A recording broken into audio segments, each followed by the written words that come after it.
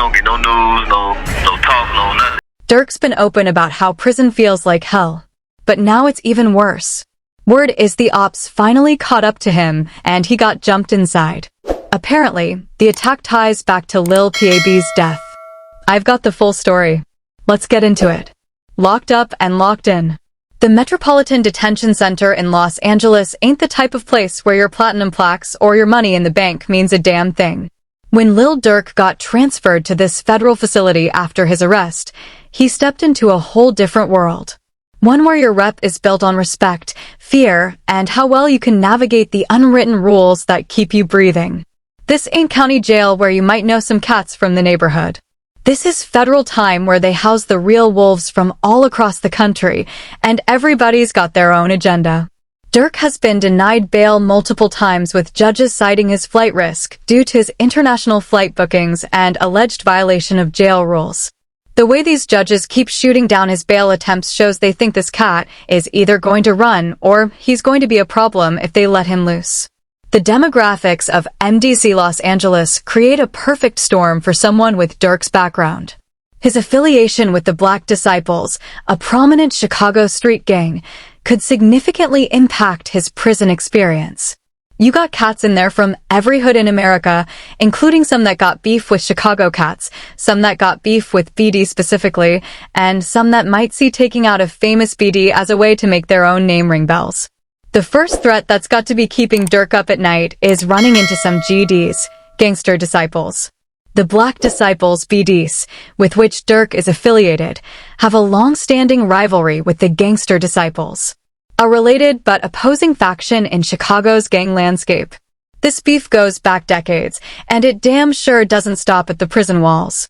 If anything, being locked up with limited space and unlimited time can make that hatred burn even hotter. And it gets worse. There's an FBI affidavit floating around claiming Durk allegedly put money on GDs before.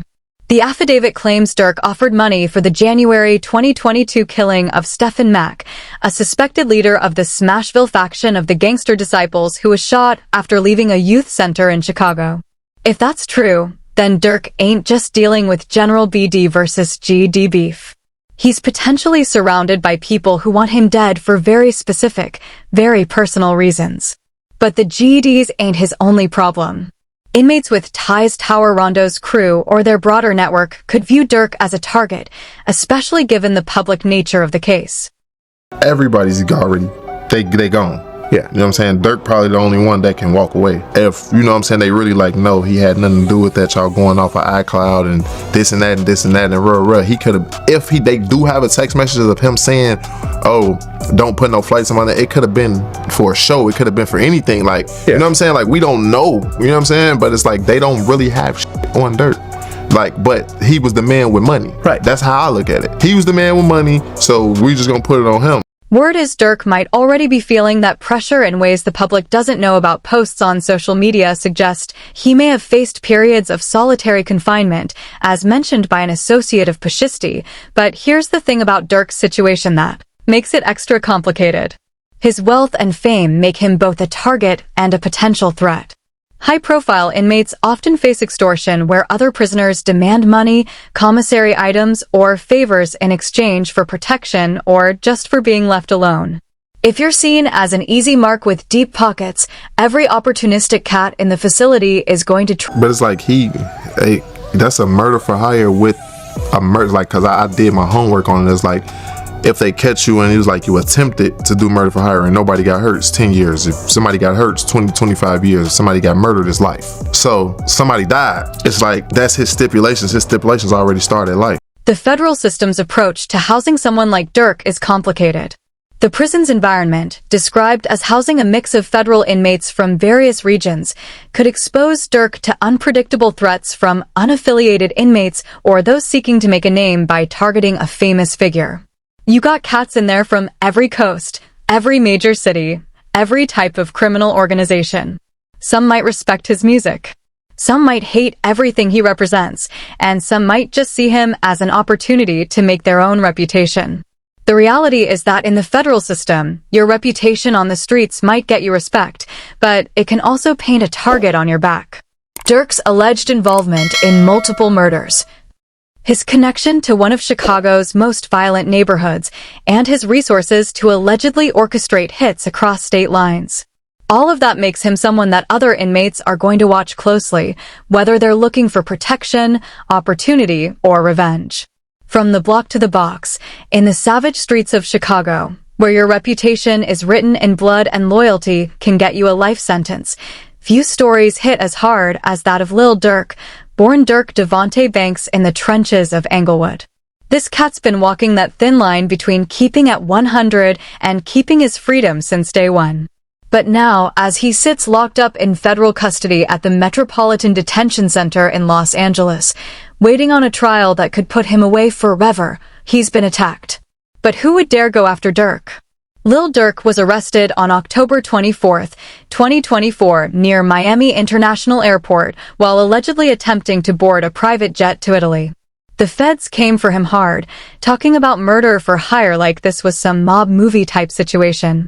But to understand how we got here, we got to take it back to that cold November night in 2020 when everything went left.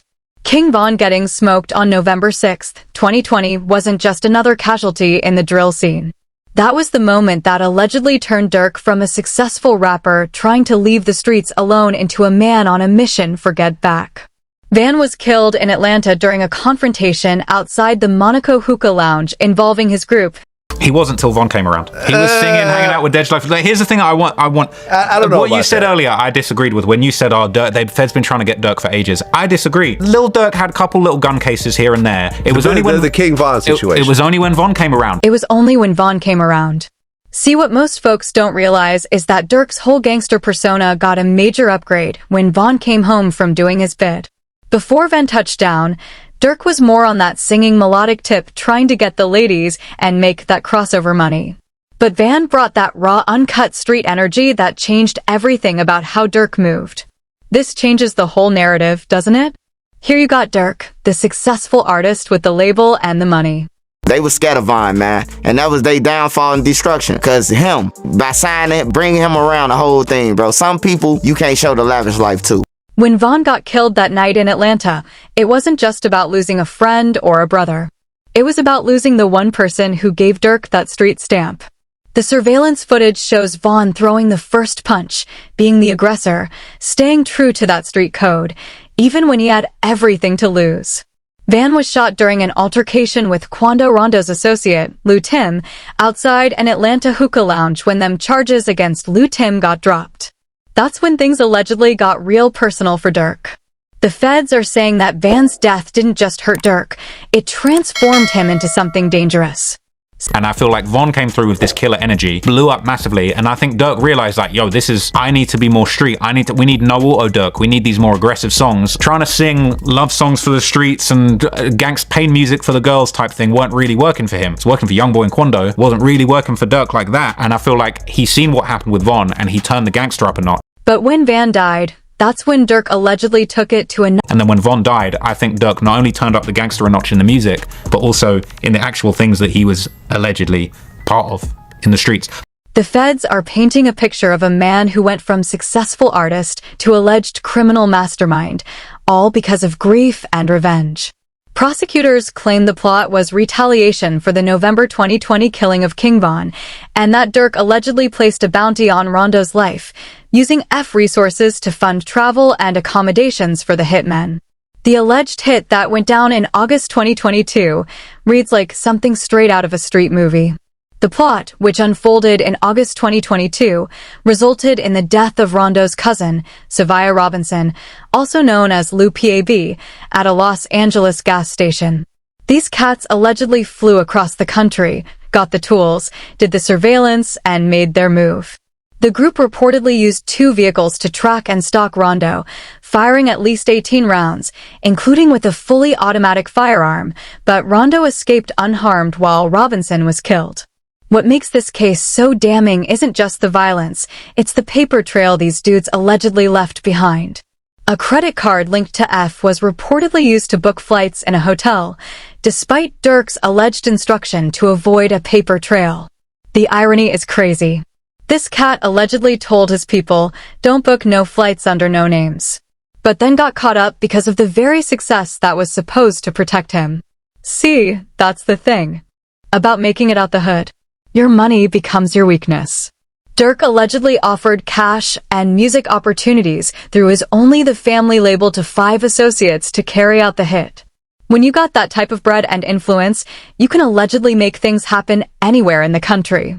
But that same money leaves a trail that the feds can follow right back to your door. The 5 soldiers allegedly involved in this operation, Kayvon London Grant, DeAndre Dontrell Wilson, Keith Jones, David Brian Lindsay, and Ashton Houston. These weren't random street cats. These were allegedly Durk's people trusted enough to be sent on a mission across state lines, paid enough to risk their freedom, loyal enough to allegedly pull triggers for their boss. But here's where the streets and the law collide in the ugliest way possible. The same loyalty that allegedly motivated this whole situation is now the thing that could destroy everyone involved. When Van died, Durk allegedly felt that pressure to get back to prove he wasn't soft, to show the streets that F doesn't take disrespect lying down. Durk was embroiled in some eternal, I need you off of this earth beef. That's different. Because of King Von? Of course. Not only that, he needed the guys who killed his brother off this earth. See, this wasn't just about business or territory or respect in the traditional sense. This was about love, grief, and the type of loyalty that makes people do things that'll destroy their own lives. When Van died, it wasn't just a loss for F as a business. It was like losing a brother, a protege, and the person who gave Durk his street credibility all at the same time. This dynamic reveals something deeper about Durk's character and the choices that led him to this moment. He wasn't just grieving a friend. He was trying to live up to the memory of someone who represented everything he wasn't, but wanted to be. Van had that authentic street credibility that Durk's success had distanced him from. And when Van died, Durk allegedly tried to— Well, the fact that Von was gone and he still was running the show in a way is kind of crazy. Yeah, because the streets still with him. The streets still want to get back for Von. They want to get back, and you in the power to be around these dudes. You got the money. Even from the grave, Van's influence allegedly continued to drive decisions that would ultimately destroy the people who loved him most. The pressure to get revenge, to prove loyalty, to show that F doesn't take disrespect lying down, all of that allegedly pushed Durk to make choices that his success should have protected him from having to make. What's particularly revealing about this case is— Like, out of that's the only thing I was surprised at with this Durk situation, Vlad. Like, when they brought up the 5 guys on the screen, I didn't think Diddy would be there with him, because that's Durk's friend. So I definitely didn't think he was going to be there. But I thought it would be like some people we seeing in these videos waving guns around and jumping around like monkeys. It wasn't none of them. All KFC workers, man, the janitors and shit. You know what I'm saying? Like, he went to go to the space station to go and get the guy with the glasses and shit. Like, I'm disappointed in Durk, man. This observation points to something crucial about how Durk allegedly operated. Instead of using experienced street soldiers who might have known how to move without leaving evidence, he allegedly chose people who were loyal but inexperienced. People who would leave paper trails, make mistakes, and ultimately lead the feds right back to him. The ultimate question of whether Durk is predator or prey becomes more complex when you consider that he appears to be both simultaneously. As someone who allegedly orchestrated violence across state lines, coordinated with multiple shooters, and used his business infrastructure to fund criminal activities, he fits the profile of a sophisticated predator who used his resources and influence to allegedly target enemies nationwide. But as someone now trapped in the federal system, facing potential life imprisonment, surrounded by enemies from multiple conflicts, and dependent on the loyalty of people who might save themselves by destroying him, he has become the ultimate prey in a game where the stakes couldn't be higher. The tragedy of this entire situation is that it didn't have to happen. Durk had escaped the streets that killed so many of his friends and family members. He had achieved success that most people from his background could never imagine. He had Grammy Awards, platinum albums, legitimate business opportunities, and enough money to live comfortably for the rest of his life without ever touching another illegal dollar. But when Van died, all of that success allegedly became secondary to proving that he was still the same loyal, dangerous person who had survived Inglewood's worst streets. In trying to honor his dead friend's memory, he allegedly walked directly into a federal conspiracy that could cost him everything he had worked to achieve. The federal case against Lil Durk represents more than just another rapper catching charges. It's a stark reminder of how the streets never really let you go, how loyalty can become a death sentence, and how the very authenticity that makes drill music compelling can ultimately destroy the artists who create it. Whether Durk beats this case or spends the rest of his life in federal prison, his story will serve as a cautionary tale about the price of keeping it real in a world where keeping it real can literally keep you locked up forever. The question of whether he's predator or prey might ultimately be irrelevant.